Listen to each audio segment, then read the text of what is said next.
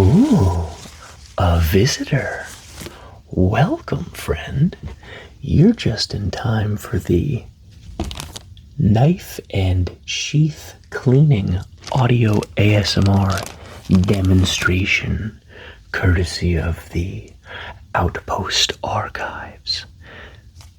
Thanks. I'm glad you're going to be here for the show. Today's demonstration is gonna be better when it's clean. It's kind of a long story. I'll try and make it concise.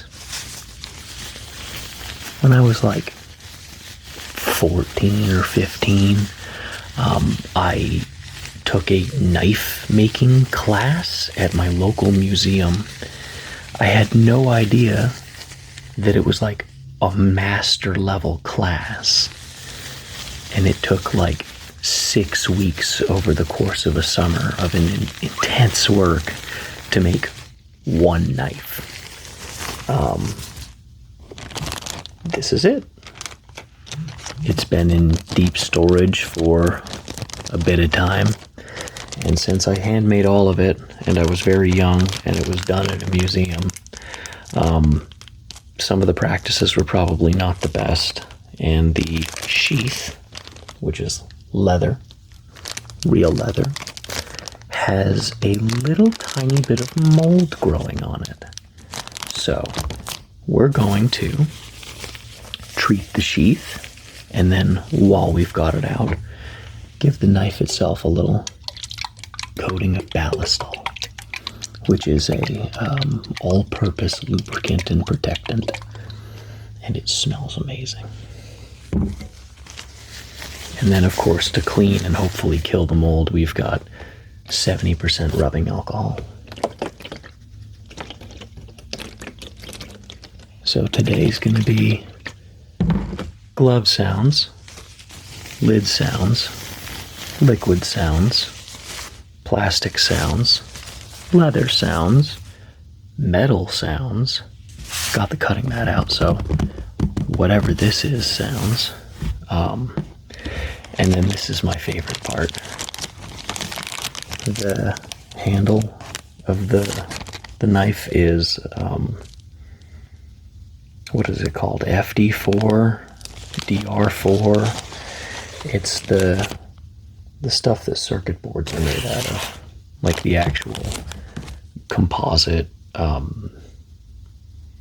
cloth and resin, I think, that circuit boards are made out of, that then you print the circuits on to make PCBs. Yeah. That's 2 huge slabs of that I sanded down and finished and epoxied and resined. I don't remember. This is 20 years ago or something.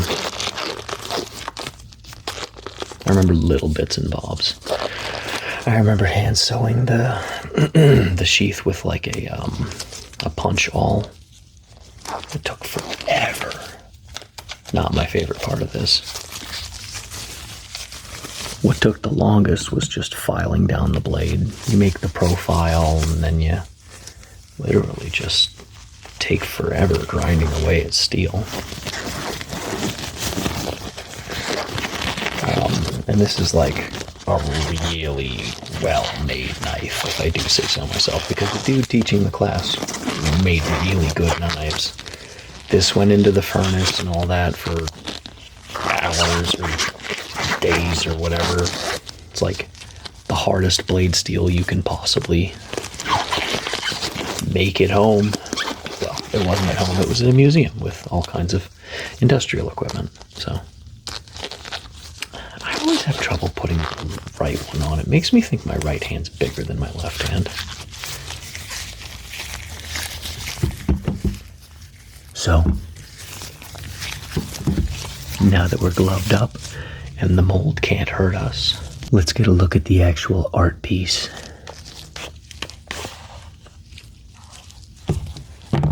So this is what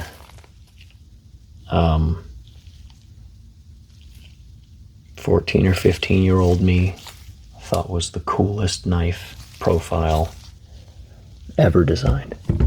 And I am still very partial to it. I've used this knife pretty much never. It is still sharp enough to like cut the hair right off your arm, and I'm not going to do that because I don't want my arm to be bald.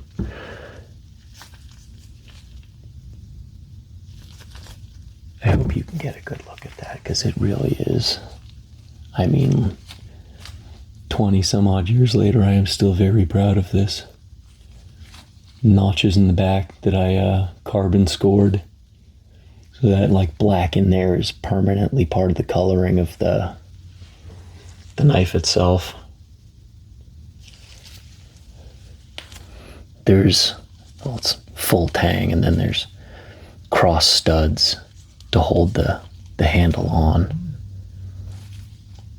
And then the whole thing is epoxied with a really strong epoxy in between it all. So this is about the sturdiest knife you could possibly make or buy or have or whatever. And then I really horrendously punched my initials into the blade before it went through the whole hardening process. So we're going to give this a little bath of Ballistol because it deserves it. And then, without further ado, let's get the mold off the sheath, which I'm realizing I probably should have wore one of those little N95 masks, but whatever.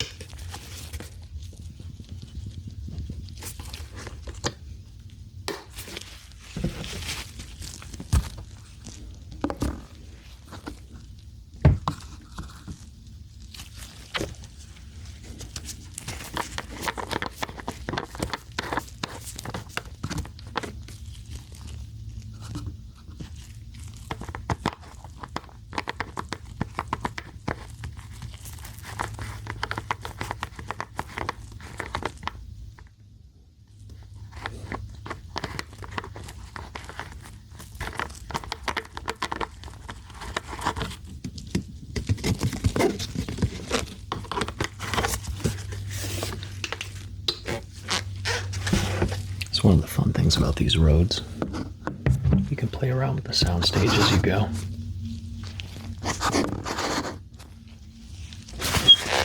So again, this is just 70% rubbing alcohol, undiluted.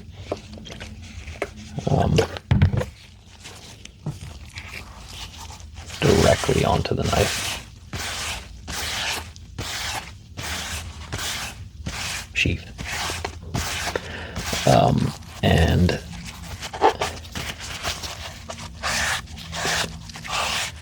this was made with very poor quality standards. I didn't want to make the sheath. I was difficult to convince to do what I didn't want to do when I was a kid. I still did it, but I didn't put much effort into it. I guess you can't really say this isn't much effort.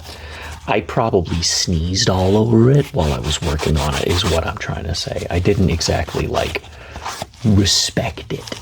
So, Lord knows what all of the mold is a result of, is what I'm getting at. A. B. These color splotches have always been on here.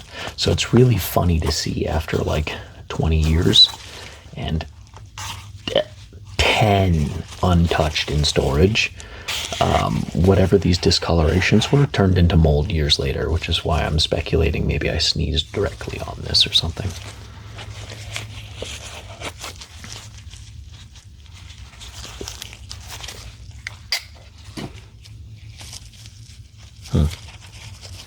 Kind of scared to lose this in there.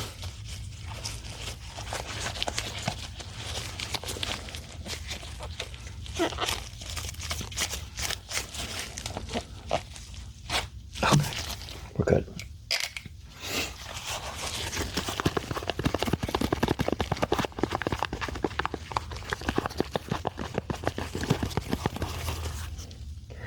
This is 1, 2, 3, 4, 5, 6 layers of leather at its thickest, and then it tapers down to 2 or 3 down here to give the hollow cavity inside.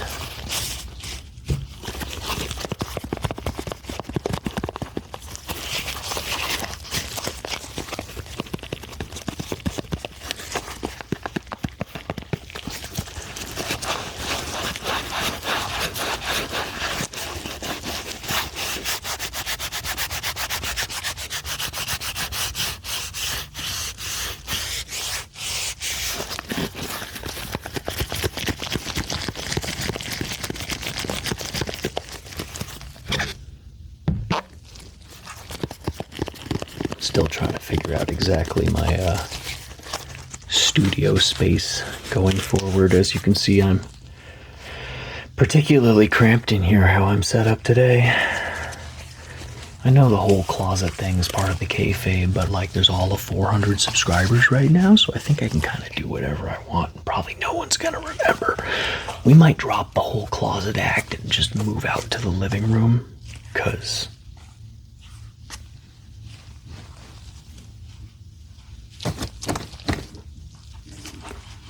boy, be cramped.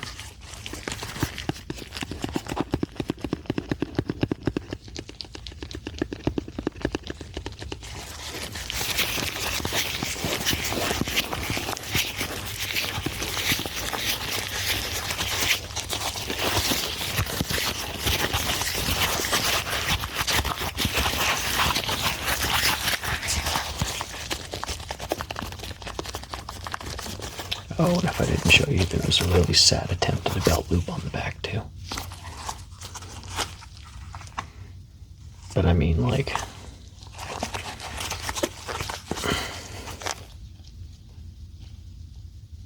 maybe sad's the wrong word. I made that 20 plus years ago and it's holding up pretty good. Granted, it's never really had any real use.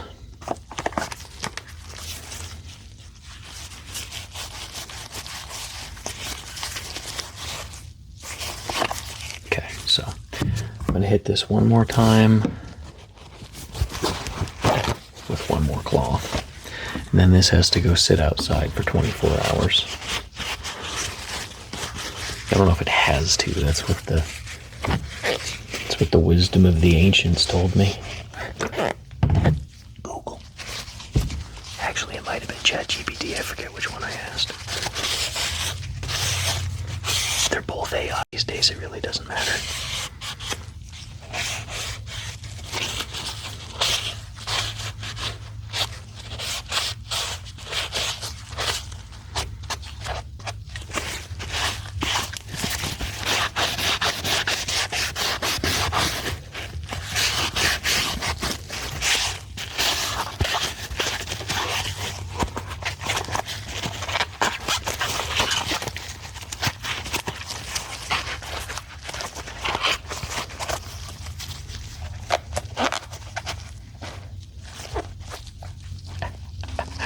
I did it. Oh, I lost it in there. No, I didn't. There it is. We're good. Retrieved. All right.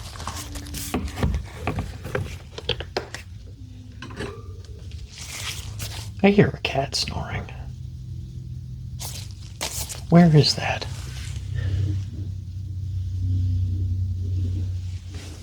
Whatever.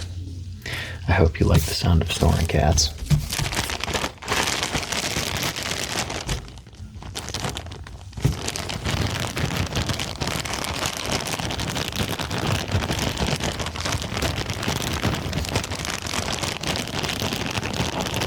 Sounds rainy.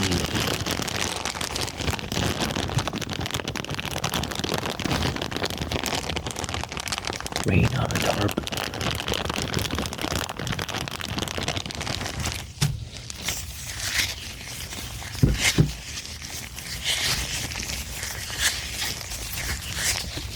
The late HD sampler. Alright. So if you don't know what Ballistol is, you should definitely make yourself familiar with it. Every home should have a can of Ballistol in it. It's good for pretty much every form of preservation and lubricant you could need to do on recreational gear. It's good for leather, fishing reels, metal, steel. You can finish wood with it. Some other stuff.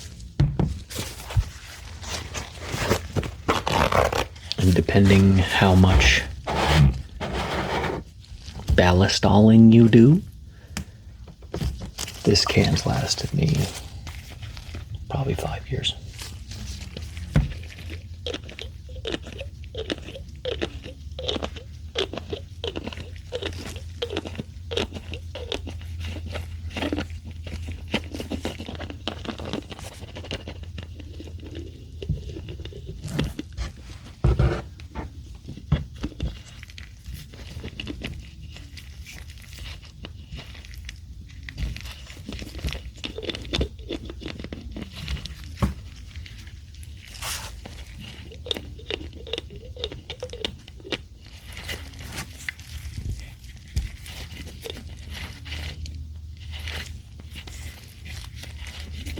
And I've probably only used about a third of the contents of this can.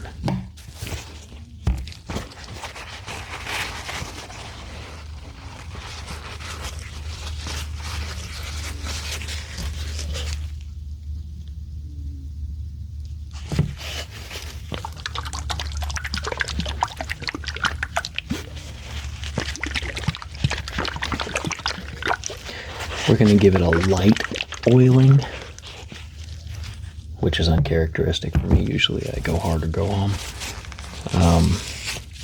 But I think this had a coating of Ballistol on it from the last time I pulled it out, like 5 years ago, 10 years ago, whenever the last time I pulled it out was. So you can kind of tell based on the way that there isn't rust on it and that there is a little bit of dried oil.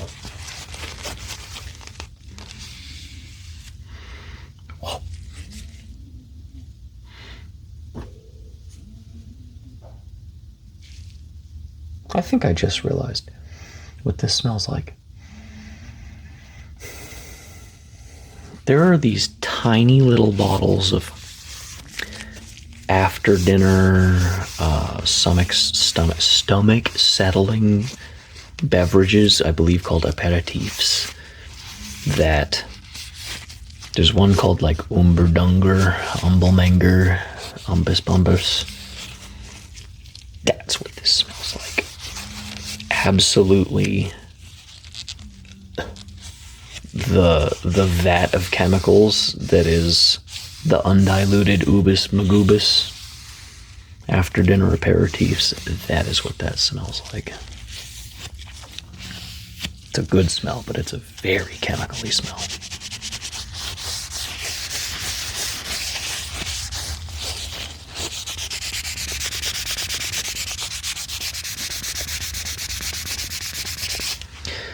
Oh, it came off. I was about to say there's some very persistent brass or copper patina oozing out of that one right there.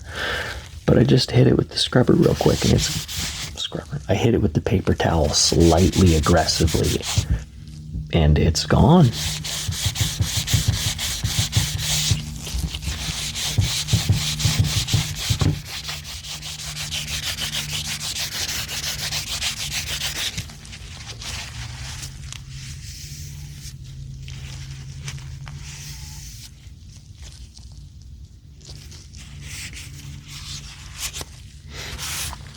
That's feeling about done right there. I said light patina and then went ham on it anyway, as I am known to do. Alright, so that was pretty much it. I hope you liked that little ensemble of sounds for a bit of relaxation in your day or night. If your goal was to fall asleep, I hope you are out. If you're not asleep yet, please hit the subscribe button. I'm struggling.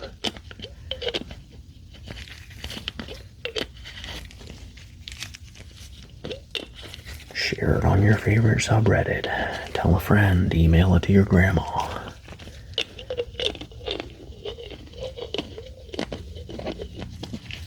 Anyway, thanks for stopping by.